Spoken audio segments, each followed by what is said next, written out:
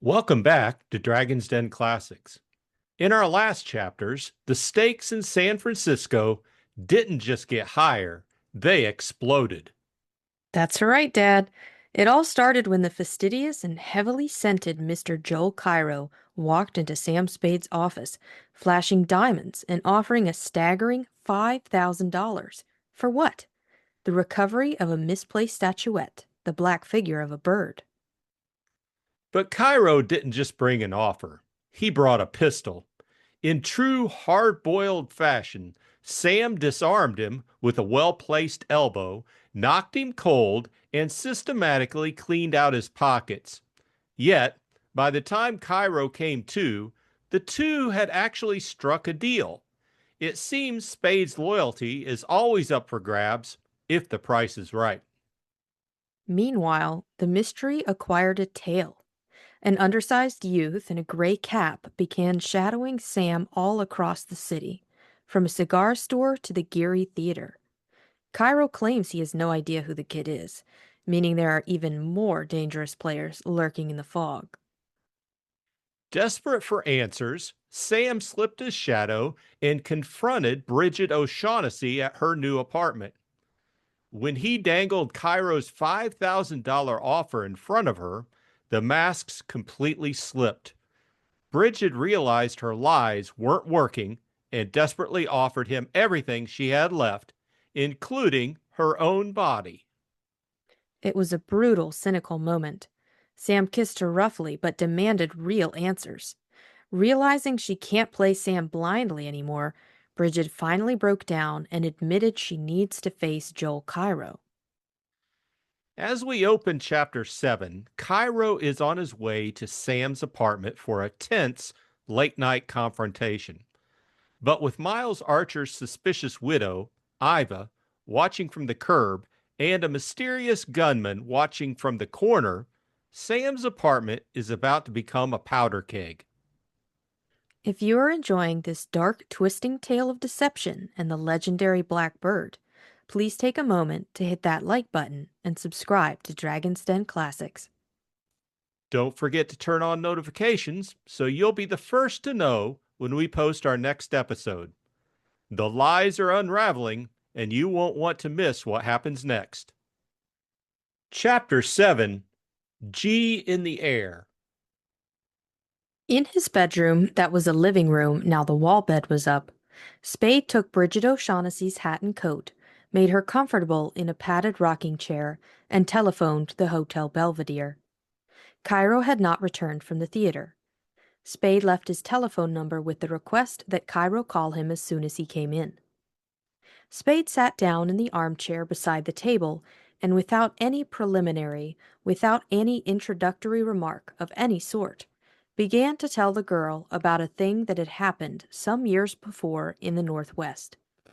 He talked in a steady, matter-of-fact voice that was devoid of emphasis or pauses, though now and then he repeated a sentence slightly rearranged, as if it were important that each detail be related exactly as it had happened. At the beginning, Bridget O'Shaughnessy listened with only partial attentiveness, obviously more surprised by his telling the story than interested in it, her curiosity more engaged with his purpose in telling the story than with the story he told. But presently, as the story went on, it caught her more and more fully, and she became still and receptive. A man named Flitcraft had left his real estate office in Tacoma to go to luncheon one day and had never returned. He did not keep an engagement to play golf after 4 that afternoon, though he had taken the initiative in making the engagement less than half an hour before he went out to luncheon. His wife and children never saw him again. His wife and he were supposed to be on the best of terms. He had 2 children, boys, one 5 and the other 3. He owned his house in a Tacoma suburb, a new Packard, and the rest of the appurtenances of successful American living. Flitcraft had inherited $70,000 from his father, and, with his success in real estate, was worth something in the neighborhood of $200,000 at the time he vanished.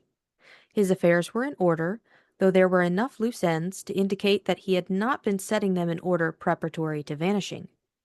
A deal that would have brought him an attractive profit, for instance, was to have been concluded the day after the one on which he disappeared.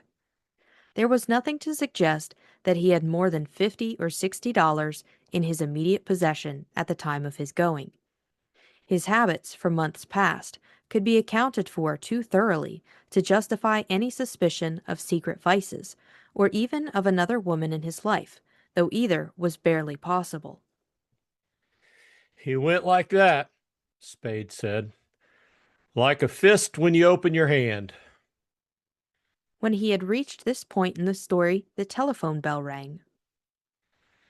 Hello? Spade said into the instrument. Mr. Cairo, this is Spade. Can you come up to my place? Yeah, Post Street. Now. Yes, I think it is. He looked at the girl, pursed his lips, and then said rapidly, Miss O'Shaughnessy is here and wants to see you. Bridget O'Shaughnessy frowned and stirred in her chair, but did not say anything. Spade put the telephone down and told her, He'll be up in a few minutes. Well, that was in 1922. In 1927, I was with one of these big detective agencies in Seattle. Mrs. Flitcraft came in and told us somebody had seen a man in Spokane who looked a lot like her husband. I went over there. It was Flitcraft, all right. He had been living in Spokane for a couple of years as Charles. That was his first name, Pierce. He had an automobile business that was netting him 20 or 25,000 a year. A wife, a baby son, owned his home in Spokane suburb and usually got away to play golf after 4 in the afternoon during the season. Spade had not been told very definitely what to do when he found Flitcraft. They talked in Spade's room at the Davenport. Flitcraft had no feeling of guilt. He had left his first family well provided for, and what he had done seemed to him perfectly reasonable. The only thing that bothered him was a doubt that he could make that reasonableness clear to Spade. He had never told anybody his story before, and thus had not had to attempt to make its reasonableness explicit. He tried now. I got it all right, Spade told Bridget O'Shaughnessy. But Mrs. Flitcraft never did. She thought it was silly. Maybe it was. Anyway, it came out all right. She didn't want any scandal, and after the trick he had played on her, the way she looked at it, she didn't want him. So they were divorced on the quiet, and everything was swell all around. Here's what had happened to him. Going to lunch, he passed an office building that was being put up. Just the skeleton. A beam or something fell 8 or 10 stories down and smacked the sidewalk alongside him. It brushed pretty close to him, but didn't touch him, though a piece of the sidewalk was chipped off and flew up and hit him in the cheek. It only took a piece of skin off, but he still had that scar when I saw him. He rubbed it with his fingers, well, affectionately, when he told me about it. He was scared stiff, of course, he said, but he was more shocked than really frightened. He felt like somebody had taken the lid off life and let him look at the works. Flitcraft had been a good citizen and a good husband and father, not by any outer compulsion, but simply because he was a man who was most comfortable in step with his surroundings. He had been raised that way. The people he knew were like that. The life he knew was a clean, orderly, sane, responsible affair. Now a falling beam had shown him that life was fundamentally none of these things. He, the good citizen husband father, could be wiped out between office and restaurant by the accident of a falling beam. He knew then that men died at haphazard like that, and lived only while blind chance spared them. It was not primarily the injustice of it that disturbed him. He accepted that after the first shock. What disturbed him was the discovery that in sensibly ordering his affairs, he had got out of step, and not into step, with life. He said he knew before he had gone 20 feet from the fallen beam that he would never know peace again until he had adjusted himself to this new glimpse of life. By the time he had eaten his luncheon, he had found his means of adjustment. Life could be ended for him at random by a falling beam. He would change his life at random by simply going away. He loved his family, he said, as much as he supposed was usual, but he knew he was leaving them adequately provided for, and his love for them was not the sort that would make absence painful. He went to Seattle that afternoon, Spade said, and from there by boat to San Francisco. For a couple of years, he wandered around and then drifted back to the Northwest and settled in Spokane and got married. His second wife didn't look like the first, but they were far more alike than they were different. You know, the kind of women that play fair games of golf and bridge and like new salad recipes. He wasn't sorry for what he had done. It seemed reasonable enough to him. I don't think he even knew he had settled back naturally into the same groove he had jumped out of in Tacoma. But that's the part of it I always liked. He adjusted himself to beams falling, and then no more of them fell, so he adjusted himself to them not falling. How perfectly fascinating, Bridget O'Shaughnessy said. She left her chair and stood in front of him, close. Her eyes were wide and deep. I don't have to tell you how utterly at a disadvantage you'll have me with him here if you choose. Spade smiled slightly without separating his lips. No, you don't have to tell me, he agreed. And you know I'd never have placed myself in this position if I hadn't trusted you completely. Her thumb and forefinger twisted a black button on his blue coat. Spade said, That again? With mock resignation. But you know it's so, she insisted.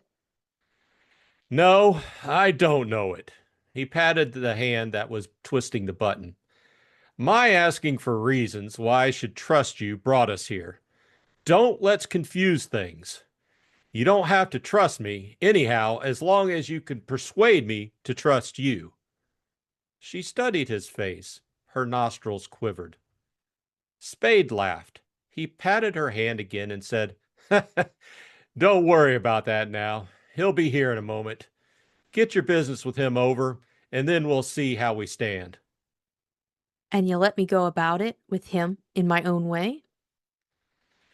Sure. She turned her hand under his so that her fingers pressed his.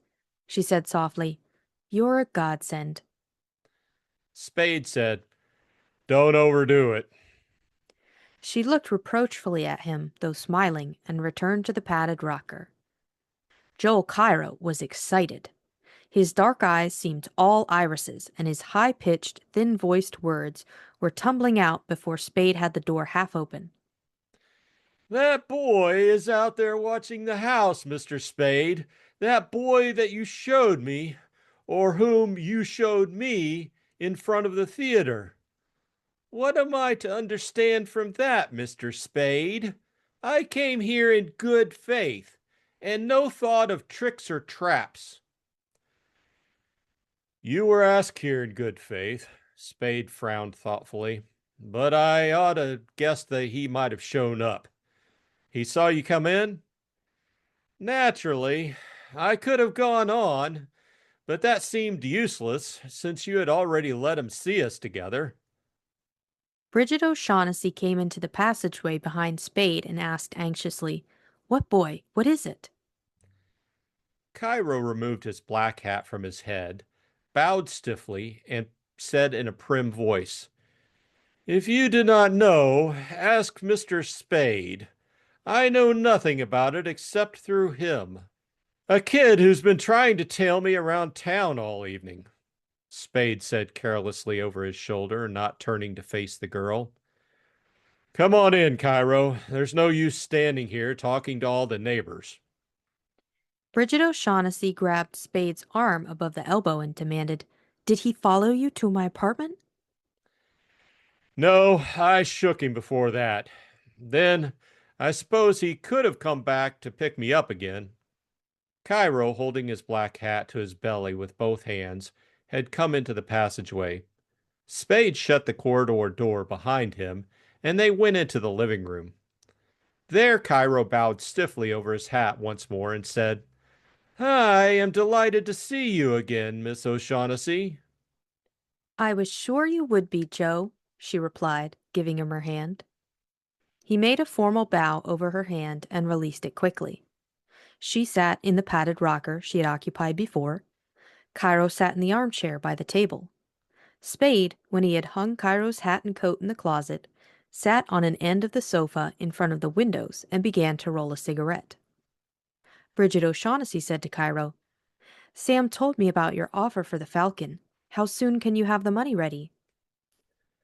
Cairo's eyebrows twitched. He smiled. It is ready. He continued to smile at the girl for a little while after he had spoken, and then looked at Spade. Spade was lighting his cigarette. His face was tranquil. In cash? The girl asked. Oh, yes, Cairo replied. She frowned, put her tongue between her lips, withdrew it, and asked, You are ready to give us $5,000 now if we give you the Falcon?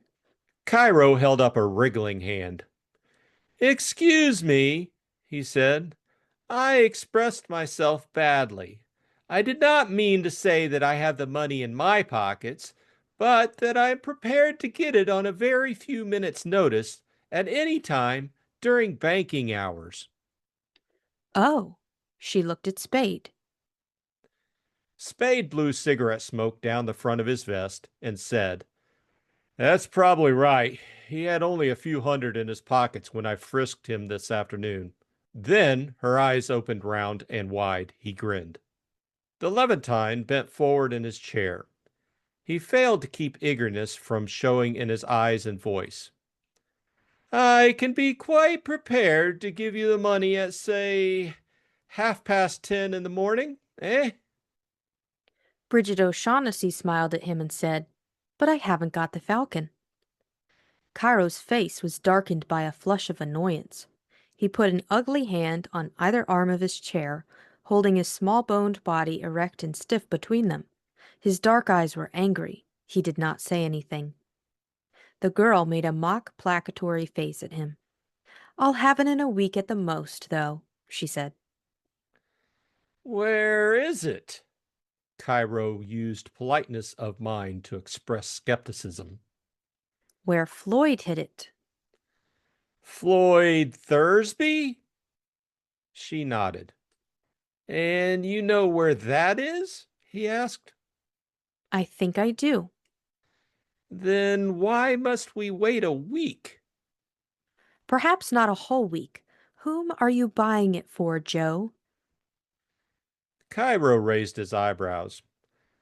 I told Mr. Spade for its owner. Surprise illuminated the girl's face. So you went back to him? Naturally, I did.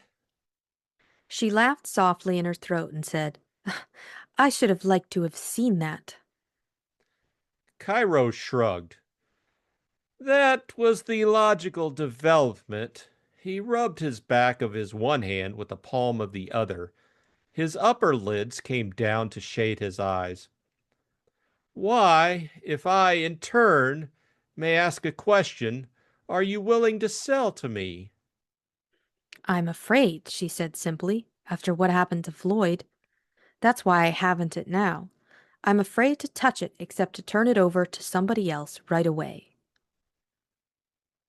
Spade propped up on an elbow on the sofa, looked at and listened to them impartially. In the comfortable slackness of his body, in the eager stillness of his features, there was no indication of either curiosity or impatience. Exactly what? Cairo asked in a low voice. Happened to Floyd? The tip of Bridget O'Shaughnessy's right forefinger traced a swift G in the air. Cairo said, I see. But there was something doubting in his smile. Is he here? I don't know, she spoke impatiently. What difference does it make? The doubt in Cairo's smile deepened. It might make a world of difference, he said, and rearranged his hands in his lap so that intentionally or not, a blunt forefinger pointed at Spade. The girl glanced at the pointing finger and made an impatient motion with her head. Or me, she said, or you. Exactly. And shall we add more certainly the boy outside? Yes, she agreed and laughed. Yes, unless he's the one you had in Constantinople. Sudden blood mottled Cairo's face. In a shrill, enraged voice, he cried, The one you couldn't make? Bridget O'Shaughnessy jumped up from her chair. Her lower lip was between her teeth. Her eyes were dark and wide in a tense white face. She took 2 quick steps toward Cairo. He started to rise. Her right hand went out and cracked sharply against his cheek, leaving the imprint of fingers there. Cairo grunted and slapped her cheek, staggering her sidewise, bringing from her mouth a brief, muffled scream. Spade, wooden of face, was up from the sofa and close to them by then. He caught Cairo by the throat and shook him. Cairo gurgled and put a hand inside his coat. Spade grasped the Levantine's wrist, wrenched it away from the coat, forced it straight out to the side, and twisted it until the clumsy, flaccid fingers opened to let the black pistol fall down on the rug. Bridget O'Shaughnessy quickly picked up the pistol. Cairo, speaking with difficulty because of the fingers on his throat, said, This is the second time you've put your hands on me. His eyes, though the throttling pressure on his throat made them bulge, were cold and menacing. Yes, Spade growled. And when you're slapped, you'll take it and like it. He released Cairo's wrist and, with a thick, open hand, struck the side of his face 3 times, savagely. Cairo tried to spit in Spade's face, but the dryness of the Levantine's mouth made it only an angry gesture. Spade slapped the mouth, cutting the lower lip. The doorbell rang. Cairo's eyes jerked into focus on the passageway that led to the corridor door. His eyes had become unangry and wary. The girl had gasped and turned to face the passageway. Her face was frightened. Spade stared gloomily for a moment at the blood trickling from Cairo's lip, and then stepped back, taking his hand from the Levantine's throat. "Who is it?" the girl whispered, coming close to Spade, and Cairo's eyes jerked back to ask the same question. Spade gave his answer irritably. I don't know. The bell rang again, more insistently. Well, keep quiet, Spade said, and went out of the room, shutting the door behind him. Spade turned on the light in the passageway and opened the door to the corridor. Lieutenant Dundee and Tom Polhouse were there. Hello, Sam, Tom said. We thought maybe you wouldn't have gone to bed yet. Dundee nodded, but said nothing.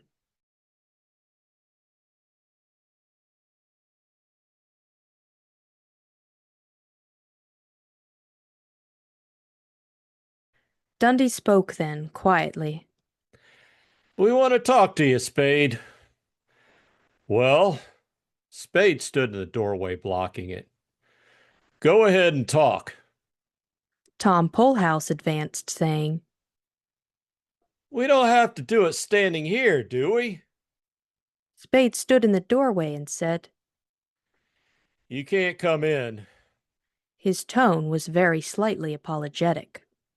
Tom's thick-featured face, even in height with Spade's, took on an expression of friendly scorn, though there was a bright gleam in his small, shrewd eyes. What the hell, Sam? He protested and put a big hand playfully on Spade's chest. Spade leaned against the pushing hand, grinned wolfishly, and asked, Going to strong arm me, eh, Tom? Tom grumbled Ah, for God's sake. and took his hand away. Dundee clicked his teeth together and said through them. Let us in. Spade's lip twitched over his eye tooth. He said, You're not coming in. What do you want to do about it? Try to get in? Do your talking here? Or go to hell? Tom groaned. Dundee, still speaking through his teeth, said, It'd pay you to play along with us a little, Spade. You've got away with this, and you've got away with that, but you can't keep it up forever. Stop me when you can. Spade replied arrogantly. That's what I'll do. Dundee put his hands behind him and thrust his hard face up towards the private detectives. There's talk going around that you and Archer's wife were cheating on him. Spade laughed. Ha! That sounds like something you thought up yourself. Then there's nothing to it? Not anything. The talk is, Dundee said. that she'd try to get a divorce out of him so she'd put it in with you, and he wouldn't give it to her. Anything to that? No. There's even talk, Dundee went on stolidly. that's why he was put on the spot.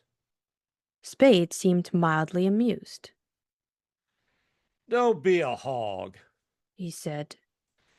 You oughtn't try to pin more than one murder on me at a time. Your first idea, that I knocked Thursby off because he'd killed Miles, falls apart if you blame me for killing Miles too. You haven't heard me say you killed anybody. Dundee replied. You're the one that keeps bringing that up. But suppose I did. You could have blipped them both. There's a way of figuring it. Uh-huh.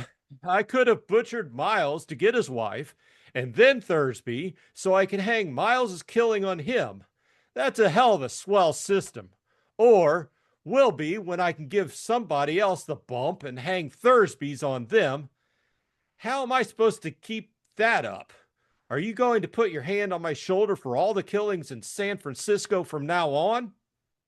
Tom said. Ah, cut the comedy, Sam. You know damned well we don't like this any more than you do, but we got our work to do. I hope you've got something to do besides pop in here early every morning with a lot of damn fool questions. And get damn lying answers. Dundee added deliberately. Take it easy. Spade cautioned him. Dundee looked him up and down and then looked him straight in the eyes.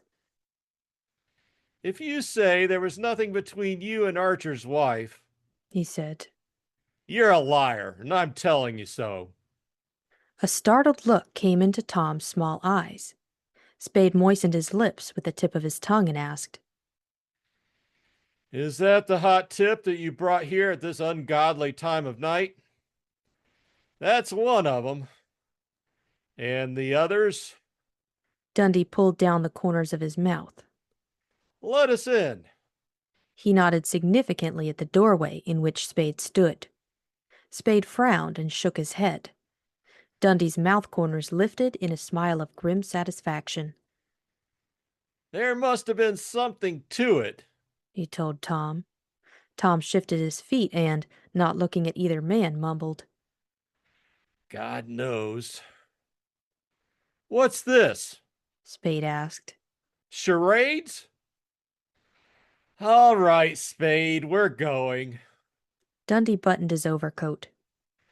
We'll be in to see you now and then. Maybe you're right in bucking us. Think it over. Uh-huh. Spade said, grinning. Glad to see you anytime, Lieutenant. And whenever I'm not busy, I'll let you in. A voice in Spade's living room screamed. Help! Help! Police, help! The voice, high and thin and shrill, was Joel Cairo's. Lieutenant Dundee stopped turning away from the door, confronted Spade again, and said decisively, I guess we're coming in. The sounds of a brief struggle, of a blow, of a subdued cry came to them. Spade's face twisted into a smile that held little joy. He said, I guess you are.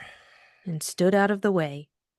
When the police detectives had entered, he shut the corridor door and followed them back to the living room.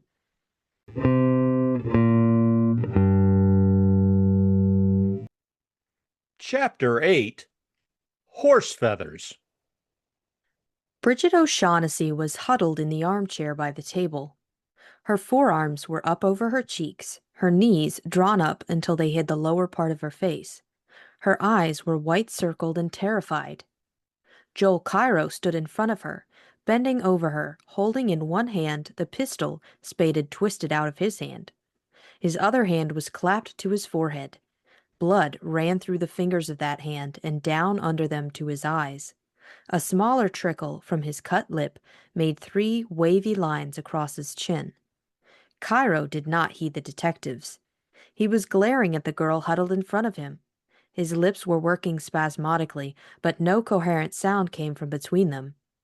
Dundee, the first of the 3 into the living room, moved swiftly to Cairo's side, put a hand on his own hip under his overcoat, a hand on the Levantine's wrist, and growled, What are you up to here?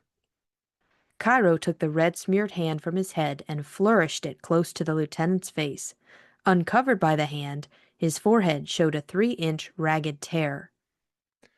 This is what she has done, he cried. Look at it. The girl put her feet down on the floor and looked warily from Dundee, holding Cairo's wrist, to Tom Polhouse, standing a little behind them, to Spade, leaning against the doorframe. Spade's face was placid. When his gaze met hers, his yellow-gray eyes glinted for an instant with malicious humor, and then became expressionless again. Did you do that? Dundee asked the girl, nodding at Cairo's cut head.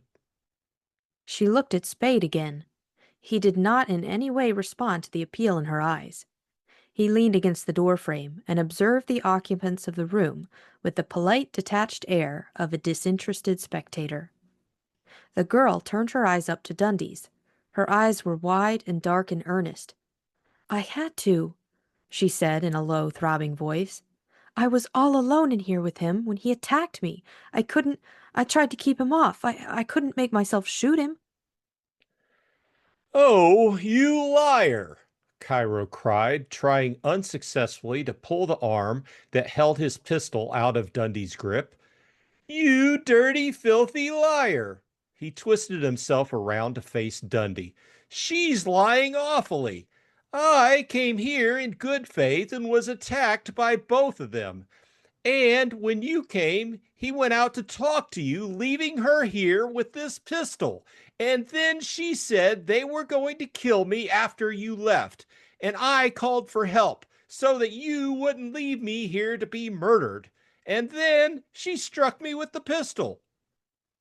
Here, give me that thing, Dundee said, and took the pistol from Cairo's hand. Now, let's get this straight. What did you come here for? He sent for me. Cairo twisted his head around to stare defiantly at Spade. He called me up on the phone and asked me to come here.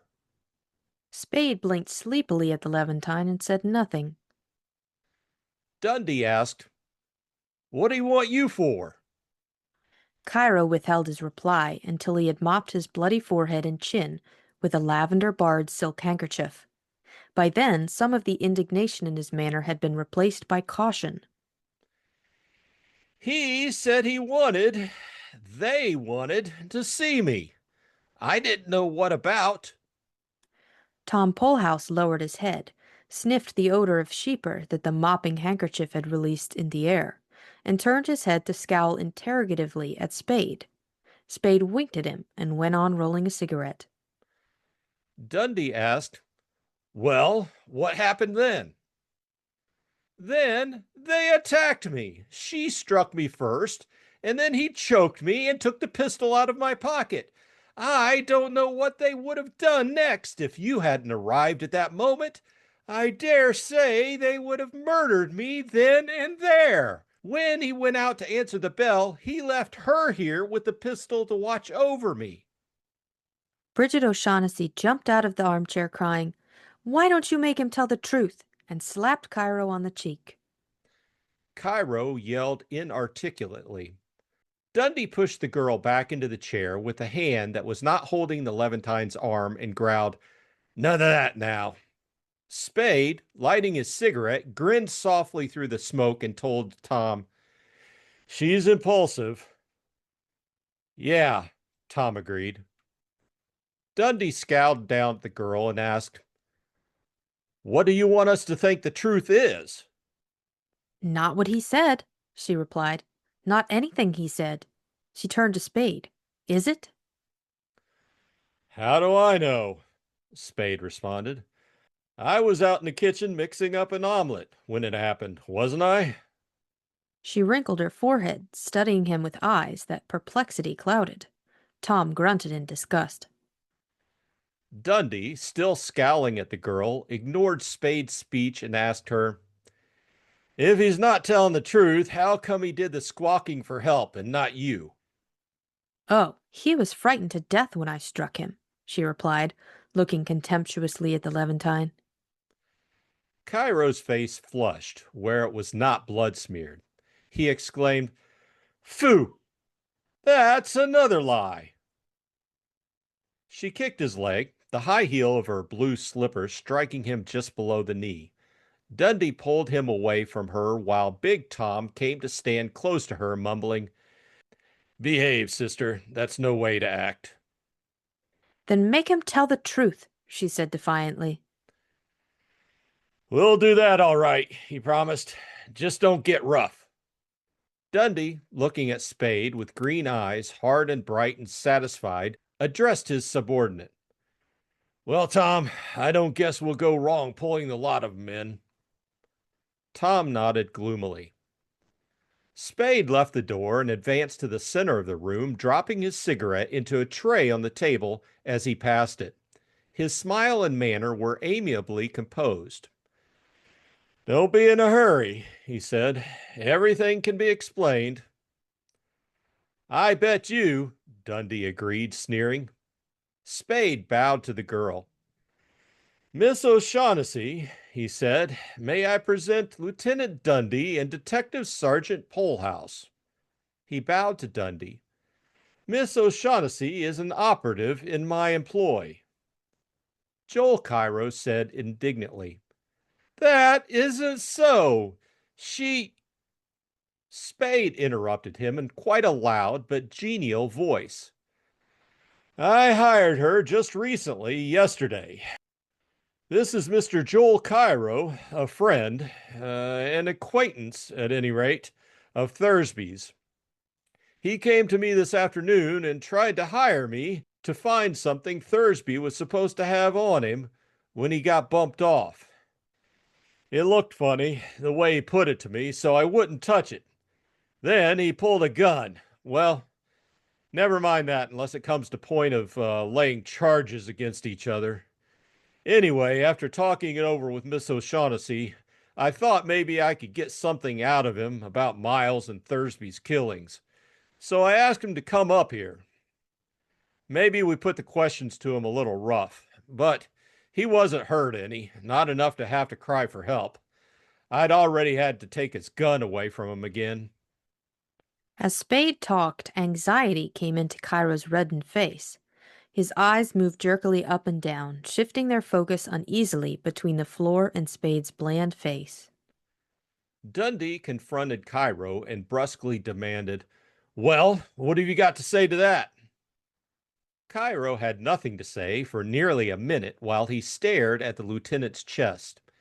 When he lifted his eyes, they were shy and wary. "I don't know what I should say," he murmured. His embarrassment seemed genuine. "Try telling the facts," Dundee suggested. "The facts?" Cairo's eyes fidgeted, though their gaze did not actually leave the lieutenant's. "What assurance have I that the facts will be believed?" "Quit stalling," All you've got to do is swear to a complaint that they took a poke at you, and the warrant clerk will believe you enough to issue a warrant that will let us throw them in the can. Spade spoke in an amused tone. Go ahead, Cairo. Make him happy. Tell him you'll do it, and then we'll swear to one against you, and he'll have the lot of us. Cairo cleared his throat and looked nervously around the room, not into the eyes of anyone there. Dundee blew breath through his nose in a puff that was not quite a snort and said, Get your hats.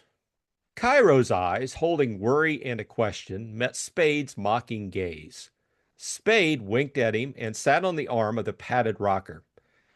Well, boys and girls, he said, grinning at the Levantine and at the girl with nothing but delight in his voice and grin, we put it over nicely.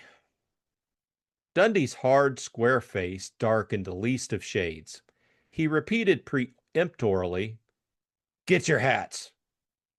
Spade turned his grin on the lieutenant, squirming into a more comfortable position on the armchair, and asked lazily, Don't you know when you're being kidded? Tom Polhouse's face became red and shiny. Dundee's face, still darkening, was immobile except for lips moving stiffly to say, No, but we'll let that wait until we get down to the hall. Spade rose and put his hands in his trousers pockets. He stood erect so he might look that much farther down at the lieutenant. His grin was a taunt, and self-certainty spoke in every line of his posture. I dare you to take us in, Dundee, he said. We'll laugh at you in every newspaper in San Francisco. You don't think any of us is going to swear to any complaints against the others, do you? Wake up. You've been kidded. When the bell rang, I said to Miss O'Shaughnessy in Cairo, It's those damn bulls again. They're getting to be nuisances. Let's play a joke on them. When you hear them going, one of you scream, and then we'll see how far we can string them along before they tumble and... Bridget O'Shaughnessy bent forward in her chair and began to laugh hysterically. Cairo started and smiled. There was no vitality in his smile, but he held it fixed on his face. Tom, glowering, grumbled, Cut it out, Sam. Spade chuckled and said, But that's the way it was. And the cut on his head and mouth? Dundee asked scornfully. Where'd they come from? Ask him, Spade suggested. Maybe he cut himself shaving. Cairo spoke quickly before he could be questioned, and the muscles of his face quivered under the strain of holding his smile in place while he spoke. I fell. We intended to be struggling for the pistol when you came in, but I fell. I tripped on the end of the rug and fell while we were pretending to struggle. Dundee said, Horse feathers.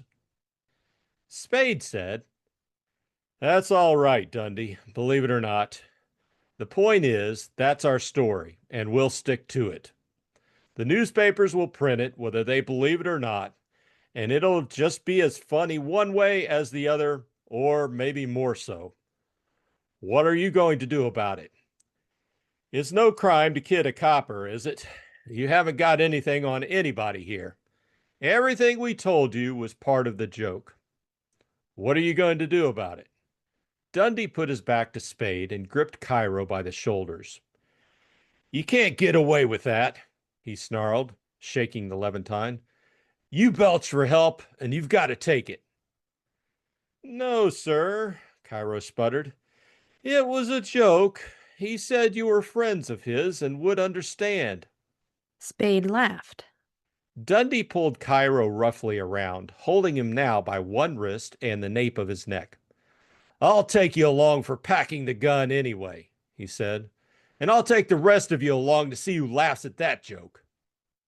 Cairo's alarmed eyes jerked sidewise to focus on Spade's face.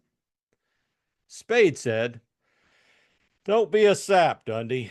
The gun was part of the plan. It's one of mine. He laughed. Too bad it was only a 32, or maybe you could find it was the one Thursby and Miles were shot with. Dundee released Cairo, spun on his heel, and his right fist clicked on Spade's chin. Bridget O'Shaughnessy uttered a short cry. Spade's smile flickered out at the instant of the impact, but returned immediately with a dreamy quality added. He steadied himself with a short backward step, and his thick, sloping shoulders writhed under his coat. Before his fist could come up, Tom Polhouse had pushed himself between the two men, facing Spade, encumbering Spade's arms with the closeness of his barrel-like belly and his own arms. No, no, for Christ's sake, Tom begged. After a long moment of motionlessness, Spade's muscles relaxed. Then get him out of here quick, he said. His smile had gone away again, leaving his face sullen and somewhat pale. Tom, staying close to Spade, keeping his arms on Spade's arms, turned his head to look over his shoulder at Lieutenant Dundee. Tom's small eyes were reproachful. Dundee's fists were clenched in front of his body, and his feet were planted firm and a little apart on the floor. But the truculence in his face was modified by thin rims of white showing between green irises and upper eyelids. Get their names and addresses, he ordered. Tom looked at Cairo, who said quickly, Joel Cairo, Hotel Belvedere. Spade spoke before Tom could question the girl. You can always get in touch with Miss O'Shaughnessy through me. Tom looked at Dundee. Dundee growled, Get her address. Spade said, Her address is in care of my office. Dundee took a step forward, halting in front of the girl. Where do you live? He asked. Spade addressed Tom. Get him out of here. I've had enough of this. Tom looked at Spade's eyes, hard and glittering, and mumbled, Take it easy, Sam. He buttoned his coat and turned to Dundee, asking, in a voice that aped casualness, Well, is that all? And taking a step towards the door.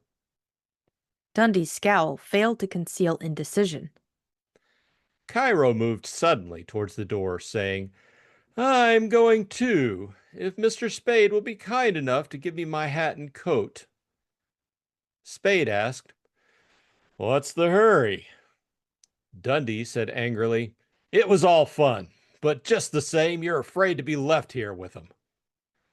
Not at all, the Levantine replied, fidgeting, looking at neither of them. But it's quite late, and I'm going. I'll go out with you if you don't mind. Dundee put his lips together firmly and said nothing. A light was glinting in his green eyes. Spade went to the closet in the passageway and fetched Cairo's hat and coat. Spade's face was blank. His voice held the same blankness when he stepped back from helping the Levantine into his coat and said to Tom, Tell him to leave the gun. Dundee took Cairo's pistol from his overcoat pocket and put it on the table. He went out first, with Cairo at his heels. Tom halted in front of Spade, muttering, I hope to God you know what you're doing. Got no response, sighed, and followed the others out. Spade went out after them, as far as the bend in the passageway, where he stood until Tom had closed the corridor door.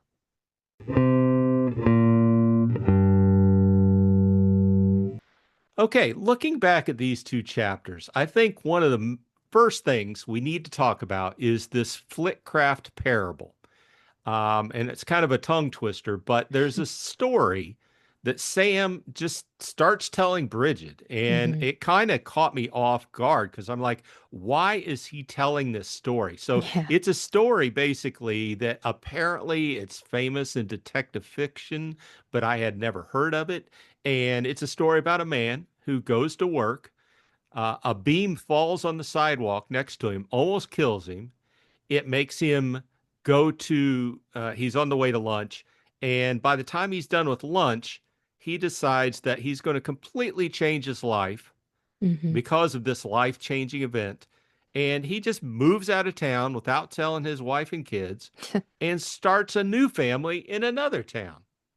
Yeah, that's crazy. It's like something you wouldn't ever think of, but perhaps everybody has that moment in life that it's random and life is dangerous, and then suddenly something clicks, and I don't know, maybe he was telling Bridget the story because he's trying to reference himself.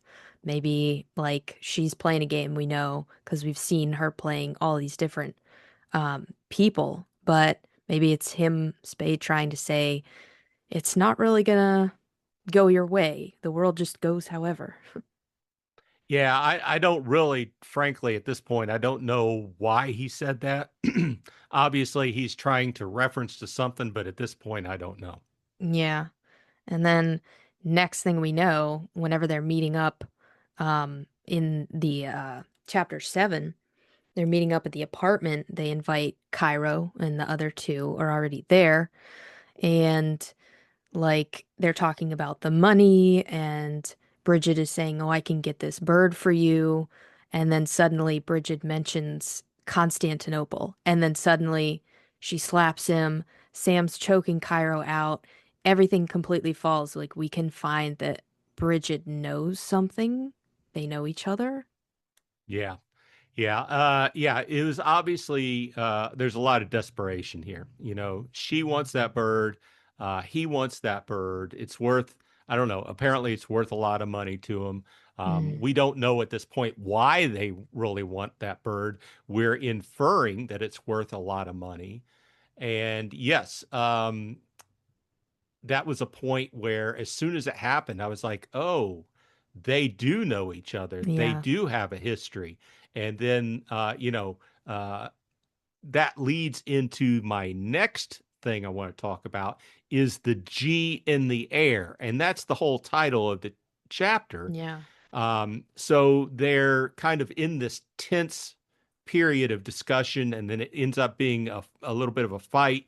And she traces a G in the air, Hmm. uh, kind of inferring or trying to get her idea across to him without saying it out loud Yeah. that somebody was responsible, and that responsible party is G, whoever that is.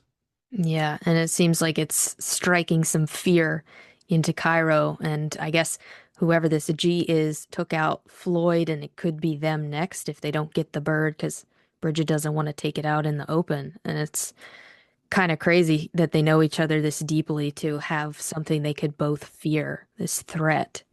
But Yeah, so it's, what that leads me to wonder is, did they work together in the past, or were they hmm. working against each other in the past? You know, at right now we don't know. Hopefully they'll, tie those loose ends up towards the end of the story.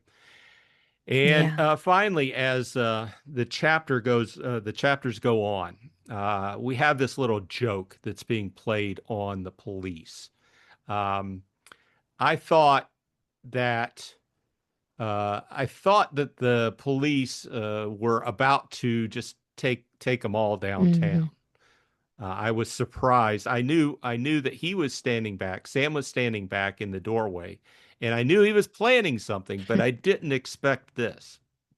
Yeah, it's a really good thing that the author was able to come up with something that quick, like, well, for Sam to come up with that quick, because whenever like everything got heated after talking about this G guy, and you know, um, Cairo was grabbing the pistol after Bridget, I don't know, scraped him, hit him with the pistol or something.